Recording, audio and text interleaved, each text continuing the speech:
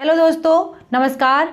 जैसा कि हम देख रहे हैं कि आरओ का एग्ज़ाम आने वाला है और उसी के चलते हिस्ट्री की ये पूरी सीरीज़ है, तो इसको बहुत ध्यान से देखिएगा क्योंकि जितनी भी क्वेश्चन मैंने इसमें डाले हैं वो सभी क्वेश्चन किसी ना किसी एग्ज़ाम में आए हुए हैं और बहुत ही ज़्यादा महत्वपूर्ण हैं।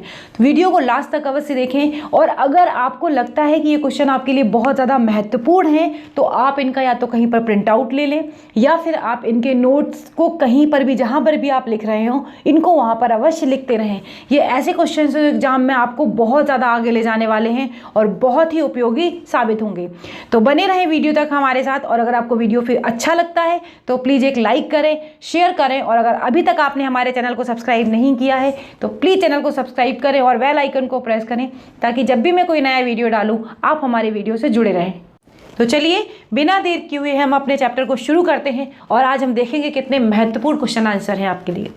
तो पहला क्वेश्चन है, जमींदारी एसोसिएशन की स्थापना कब हुई थी? 1838 में। इस तरीके के क्वेश्चन कई बार सिंगल में भी पूछा जाएगा, कई बार मिलान में भी पूछा जाता है। दूसरा क्वेश्चन है, राष्ट्रीय कांग्रेस की पूर्व प्रमुख संस्था कौन थी?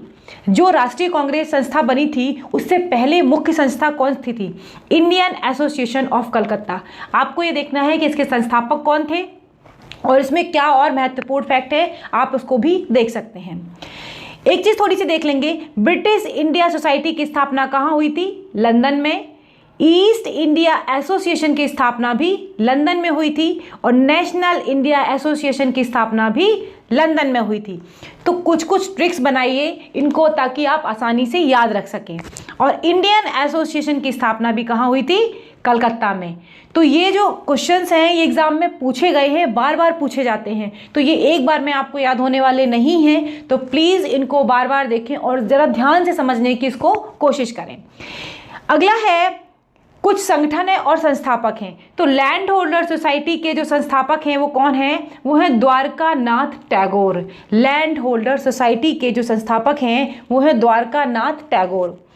ब्रिटिश इंडिया सोसाइटी के संस्थापक हैं William Adams.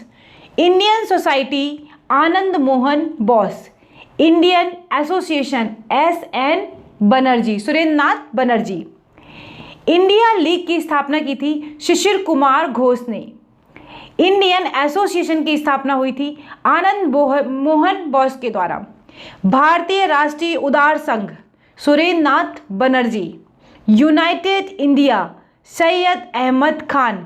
United India Patriotic Association की स्थापना की थी सैयद अहमद खान ने। ये सभी के सभी बहुत ज़्यादा और बहुत इंपॉर्टेंट फैक्ट्स हैं आपके एग्जाम के लिए।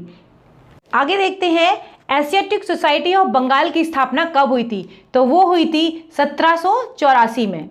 एशियाटिक सोसाइटी ऑफ बॉम्बे की 1804 में। Royal Asiatic Society of Great Britain 1823 में। Land holder society of Bengal 1838 में। देखिए किस तरीके से ये मिलान में क्वेश्चंस दिए गए हैं।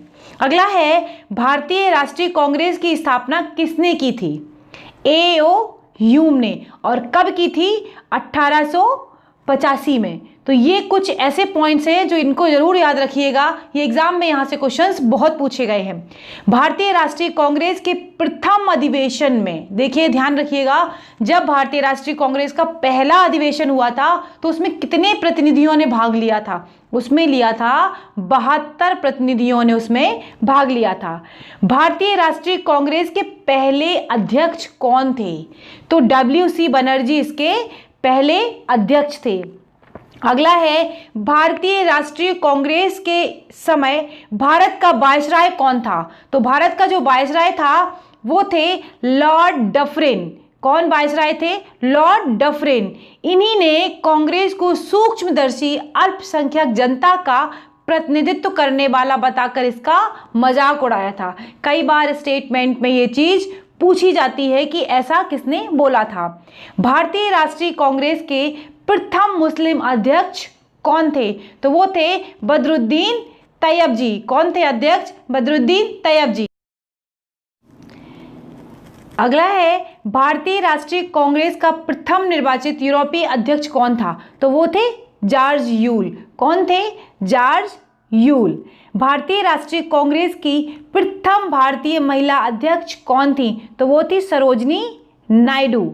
अगला है, कांग्रेस पतन के लिए लड़खड़ा रही है, मेरी सबसे बड़ी अभिलाषा है जब तक मैं भारत में रहूं कांग्रेस की शांतिपूर्ण समाप्ति में सहयोग करता रहूंगा। ऐसा कहा था लॉर्ड कर्जन ने। वह कौन सा स्वतंत्रता सेनानी थे जिसने भारत में स्वतंत्रता प्राप्ति के बाद सुझाव दिया था कि अब भारतीय राष्ट्रीय कांग्रेस को समाप्त कर दिया जाए? तो ऐसा कहा था महात्मा गांधी जी ने। अगला है, भारतीय राष्ट्रीय कांग्रेस का कौन सा एकमात्र अधिवेशन है जिसकी अध्यक्षता महात्मा गांधी जी के द्वारा की गई है? तो बेलगांव वो अधिवेशन था जहां पर इन्होंने अध्यक्षता की थी 1924 में।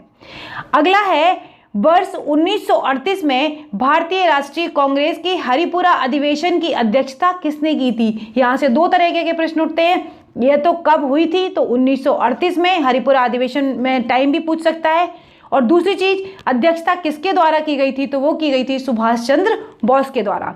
लगातार 6 वर्षों तक भारतीय राष्ट्रीय कांग्रेस के अध्यक्ष कौन रहे थे? अबुल कलाम आजाद। भारत की स्वतंत्रता के समय कांग्रेस के अध्यक्ष कौन थे? जेबी कृपलानी। कौन थे अध्यक्ष? जेबी कृपलानी। जनगण मन पहली बार कब गाया गया? तो जनगण मन पहली बार गाया गया था 1911 के कलकत्ता कांग्रेस अधिवेशन में। वह कौन सा आंदोलन था जिसके कारण कांग्रेस का विभाजन हो गया था? स्वदेशी आंदोलन। शेरे पंजाब के नाम से कौन मशहूर हैं? तो लाला लाजपत राय को हम शेरे पंजाब के नाम से जानते हैं। लाला लाजपत राय ने अपना राजनीतिक गुरु किसे माना था? मैजनी को।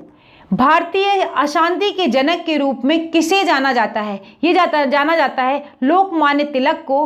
और कहा था, ये वैलेंटाइन शिरोल ने इनको कहा था कि जो भारतीय अशांति के जनक हैं वो लोकमान्य तिलक हैं। वह कौन सा मुसलमान है जिसने महात्मा गांधी के साथ मिलकर बाल गंगाधर तिलक की अर्थी उठाई थी?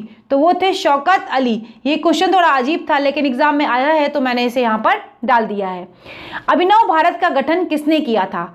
बीडी सावरकर के द्वारा किया गया था महाराष्ट्र में 1905 में। 3 क्वेश्चन है, ये कैसे भी तरीके से पूछे जा सकते हैं।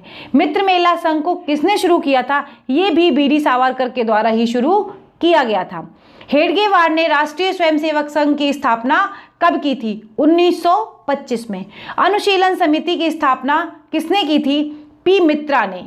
मुजफ्फरपुर बम कांड किससे संबंधित है? तो ये संबंधित है प्रफुल्ल चाकी से। 1908 में ऐसा किया गया था। हिंदुस्तान रिपब्लिक एसोसिएशन की स्थापना कब हुई थी? ये हुई थी 1924 में।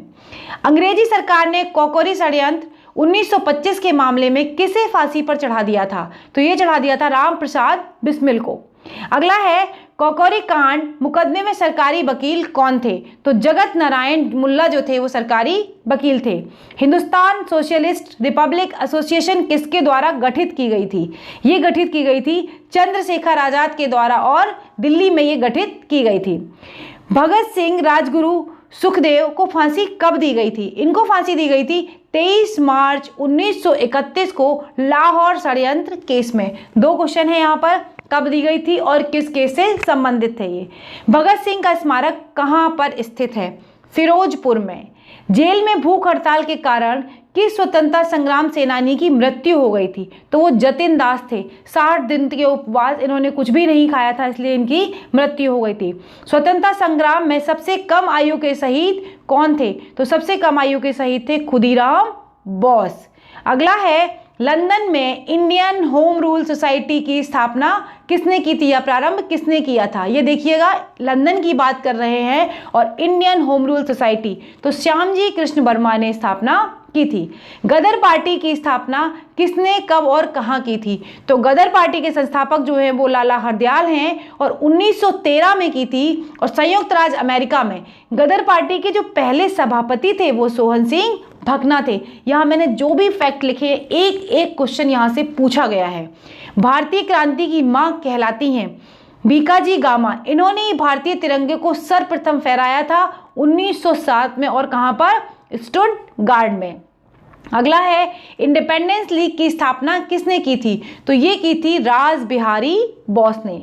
बंगाल विभाजन के विरोध में हुए आंदोलन का नेतृत्व किसने किया था? सुरेंद्र नाथ बनर्जी ने। जो बंगाल में विभाजन हुआ था 1905 में लॉर्ड कर्जन के टाइम पर, उसके बाद जो विरोध हुआ था उसका आंदोलन का नेतृत्व किया था सुरेंद्र नाथ बनर्जी ने। बंगाल विभाजन के बारे में जो भी अगर आपको महत्वपूर्ण तथ्य है और पढ़ना चाहते हैं अगर आप, तो इसका लिंक डिस्क्रिप्शन में दिया हुआ है। मैंने पूरा आधुनिक भारत इतिहास की सीरीज बनाई हुई है पूरी, आप जाके उसमें देख सकते हैं। आपको बहुत सारी चीज़ें डिटेल में बहुत आसानी से समझ में आ जाएंगी। अगला है बंगाल में ब्रिटेन की वस्तुओं के बहिष्कार का सुझाव सर्वप्रथम किसने दिया था? तो ये दिया था कृष्ण कुमार मित्र ने। मद्रास में स्वदेशी आंदोलन का नेतृत्व किसने किया था? ये किया था चिदम्बरम पिल्ले ने। और दिल्ली में किया था सैयद हैदर रजा ने। वह आंदोलन जिसके दौरान वंदे मातरम भारतीय राष्ट्रीय आंदोलन का शीर्षक गीत बना। तो स्वदेशी आंदोलन के दौरान ऐसा हुआ था। अगला है W.H. नेविल्सन ब्रिटिश पत्रकार किससे जुड़े थे? ये कौन थे? कई बार पूछ लेंगे W.H. नेविल्सन कौन थे? तो ब्रिटिश पत्रकार थे, ये स्वदेशी आंदोलन से जुड़े थे। Indian society of oriental art की स्थापना की थी अविंद्रनाथ टैगोर ने। कांग्रेस ने स्वराज्य प्रस्ताव 1905 में पारित किया था। इसका क्या उद्देश्य था? तो उद्देश्य था स्वशासन को सुनिश्चित करना। अब देख लेते हैं कि कौन कौन सी संस्थाएं किसके द्वारा स्थापित की गई हैं। अभिनव भारत B.D. सावरकर, अनुशीलन समिति अरविंद घोष, गदर पार्टी लाला हरदयाल के द्वारा, स्वराज पार्टी C.R. दास के द्वारा। अभिनव भारत B.D. सावरकर और मित्र मेला B.D. Savarkar, Indian Republican army S. Sen के द्वारा और हिंदुस्तान रिपब्लिकन एसोसिएशन की स्थापना S.N. सान्याल के द्वारा। चटगांव शस्त्रागार जो हमला हुआ था वो किसने किया था? सूर्यसेन ने। काकोरी षड्यंत्रकांड रामप्रसाद बिस्मिल ने। लाहौर षड्यंत्र जतिन दास ने। और गदर पार्टी लाला हरदयाल ने। तो ये बहुत ज़्यादा महत्वपूर्ण क्वेश्चन है, इनको आपको बहुत अच्छे से पढ़ना पड़ेगा 2 से 4 बार, तभी आपको ये थोड़ा समझ में आएंगे और याद होंगे। जब आप पढ़ेंगे और क्वेश्चन अटैम्प्ट करेंगे तो भी चीज़ें आपकी और भी अच्छे से क्लियर होंगी। लेकिन अगर आप ये सोचते हैं कि सिर्फ एक बार पढ़ के नहीं याद हो जाएगा या मैं वीडियो सुन लूँगा, तो ऐसा नहीं होने वाला है। इसका लिंक जो है मैंने डिस्क्रिप्शन में दिया हुआ है, आप उसे वहाँ से डाउनलोड करिए, अगर हो सके तो प्रिंट आउट निकालिए और उसको अपने जहाँ पर भी नोट्स हैं वहाँ पर उसे लगा लीजिए। तो वीडियो अगर आपको अच्छा लगा है तो प्लीज़ लाइक करें, शेयर करें, और अगर अभी तक आपने हमारे चैनल को सब्सक्राइब नहीं किया है तो प्लीज़ चैनल को सब्सक्राइब करें, बेल आइकन को प्रेस करें, ताकि जब भी मैं कोई नया वीडियो डालूँ आप हमेशा हमसे जुड़े रहें। अगले वीडियो में फिर मिलेंगे, तब तक के लिए बाय बाय दोस्तों, नमस्कार।